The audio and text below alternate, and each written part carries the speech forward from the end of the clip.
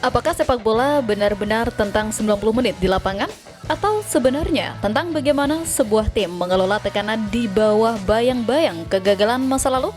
Premier League musim 2025-2026 kembali bergulir setelah jeda Piala FA dan kita tiba di titik di mana setiap helaan napas terasa begitu berat. Memasuki pekan ke-27, waktu seolah berjalan lebih cepat. Dengan rata-rata hanya 12 pertandingan tersisa, garis finish mulai terlihat. Namun, jalan menuju ke sana justru semakin terjal. Pusat gravitasi akhir pekan ini tertuju pada satu titik koordinat, Tottenham Hotspur Stadium. Derby London Utara bukan sekedar laga rutin. Kali ini ia adalah persimpangan nasib. Di satu sisi, ada Tottenham yang sedang mencoba mencari identitas baru di bawah asuhan Igor Tudor. Menggantikan Thomas Frank di tengah badai bukanlah tugas mudah. Apalagi Spurs sedang terdampar di posisi ke-16 tanpa kemenangan dalam 8 laga terakhir. Bagi Tudor, ini adalah baptisan api. Namun, di sisi lain lapangan, berdiri Arsenal, sang pemuncak klasmen yang sedang memikul ekspektasi jutaan pasang mata untuk mengakhiri puasa gelar selama 2 dekade. Masalahnya, langkah kaki The Gunners mulai terasa berat. Hasil imbang 2-2 melawan Wolverhampton menjadi alarm keras bagi Mikel Arteta. Kehilangan kendali setelah unggul 2 gol adalah dosa besar di fase krusial seperti ini, terutama saat Manchester City terus mengintai di spion tengah dengan niat menyalip di tikungan terakhir. Secara taktis, Arteta dituntut untuk lebih berani melakukan eksperimen di tengah kebuntuan. Salah satu narasi menarik adalah transformasi Bukayo Saka sebagai pemain nomor 10. Selama ini, sebagai pemain sayap, ruang gerak Saka seringkali dipenjara oleh garis tepi lapangan dan pengawalan ganda bek lawan. Dengan bergerak ke ruang antar lini sebagai gelandang serang, Saka punya kans lebih besar untuk menghancurkan pertahanan lawan secara frontal. Agar strategi ini berjalan mulus, Arsenal harus sedikit menahan ego para fullback mereka. Jurien Timber dan Ricardo Calafiori disarankan tidak terlalu agresif naik ke depan agar area tengah tidak terlalu sesak, memberikan jalan bagi bola untuk mengalir lebih cepat ke kaki Saka. Sementara di ujung tombak, teka-teki mengenai Victor Gyökeres masih menyelimuti. Gaya mainnya yang mengandalkan transisi cepat sepertinya belum sepenuhnya sinkron dengan suplai bola Arsenal saat ini, sehingga Gabriel Jesus kemungkinan besar tetap menjadi tumpuan utama sejak menit awal. Di balik papan strategi yang rumit dan ketegangan derby yang menguras emosi, Arsenal menyadari bahwa ambisi besar memerlukan fondasi yang dalam. Kekuatan sebuah klub tidak hanya diukur dari siapa yang berada di lapangan akhir pekan ini, tapi juga tentang siapa yang sedang dipersiapkan untuk masa depan.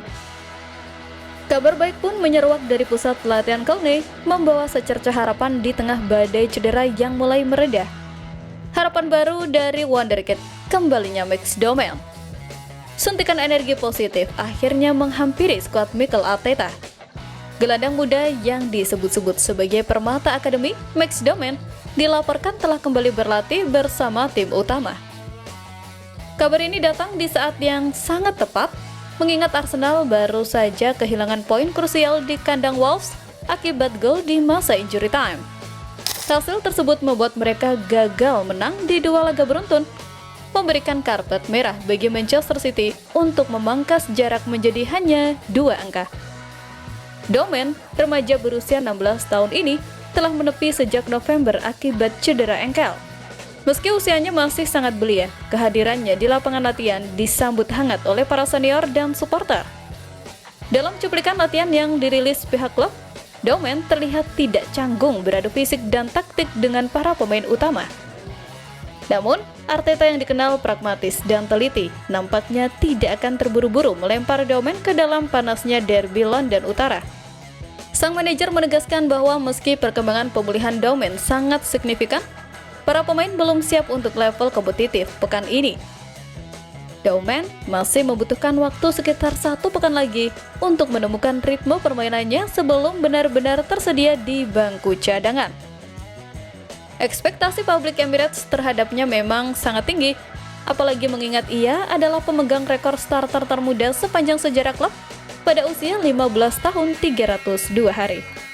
Meski kehadiran talenta muda seperti Daumen menjanjikan masa depan yang cerah, manajemen Arsenal sadar bahwa stabilitas saat ini adalah segalanya. Setelah memastikan proses pemulihan aset masa depan mereka berjalan lancar, The Gunners melakukan langkah strategis yang jauh lebih masif, sebuah pernyataan sikap bahwa mereka siap menjaga pilar utama mereka dengan harga berapapun.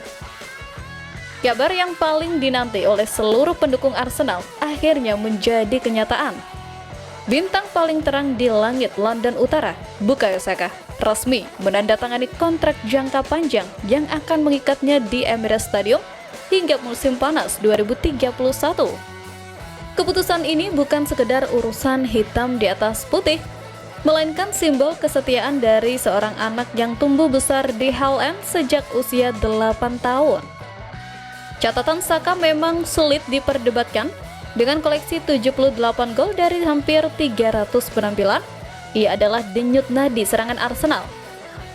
Konsistensinya sebagai salah satu winger terbaik dunia telah membawanya menjadi pemimpin di lini depan, bahkan mulai dipercaya mengemban ban kapten di lengan kirinya.